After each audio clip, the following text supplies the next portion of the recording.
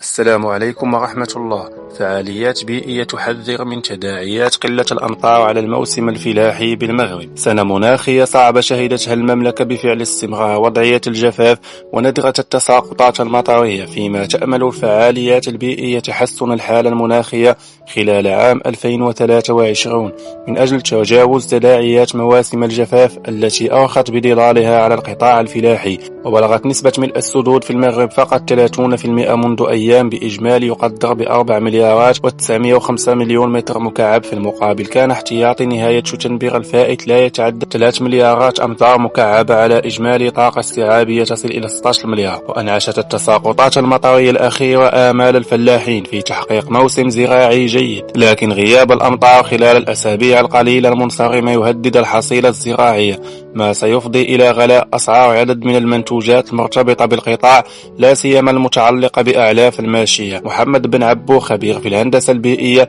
قال إن التغير المناخي ما زال قائما بالعالم، بل يتجه نحو الأسوأ، حيث سجلت الدول الأوروبية ذات الطقس البارد درجة حرارة قياسية في فاتح يناير من العام الجديد، ما ينبئ باستمرار مواسم الجفاف. وأضاف بن عبو في تصريح لنا أن المغرب بدوره لا زال يسجل درجات حرارة مرتفعة طيلة اليوم باستثناء فترات الليل والصباح، مشيرا إلى فصل الشتاء غير حاضر بالمرة في البلاد التي تشهد موسما شبيها بفصل الربيع.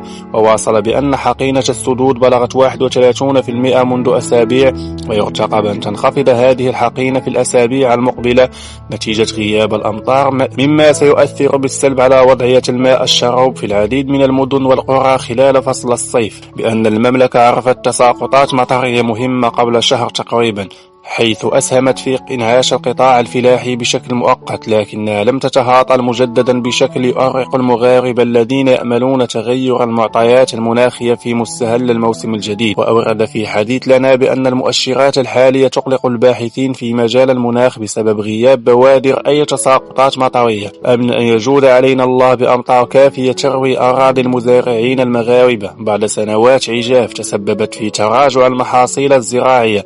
وذكر الخبير عينه أن غياب التساقطات المطرية هذه السنة سيؤدي إلى كارثة بيئية لا محالة نتيجة تراجع حقينة السدود، مما سيؤثر بالسلب على تزود المواطنين بالماء الصالح للشرب، إلى جانب تضرر المحاصيل الفلاحية وغلاء أسعار العلف الموجه إلى المواشي. وبهذا نصل إلى ختام موجزنا. إذا كنت أول مرة تشاهد القناة لا تنسى وضع لايك والاشتراك في القناة ليصلك كل جديد، ودمتم في حفظ الله ورعايته إن شاء الله.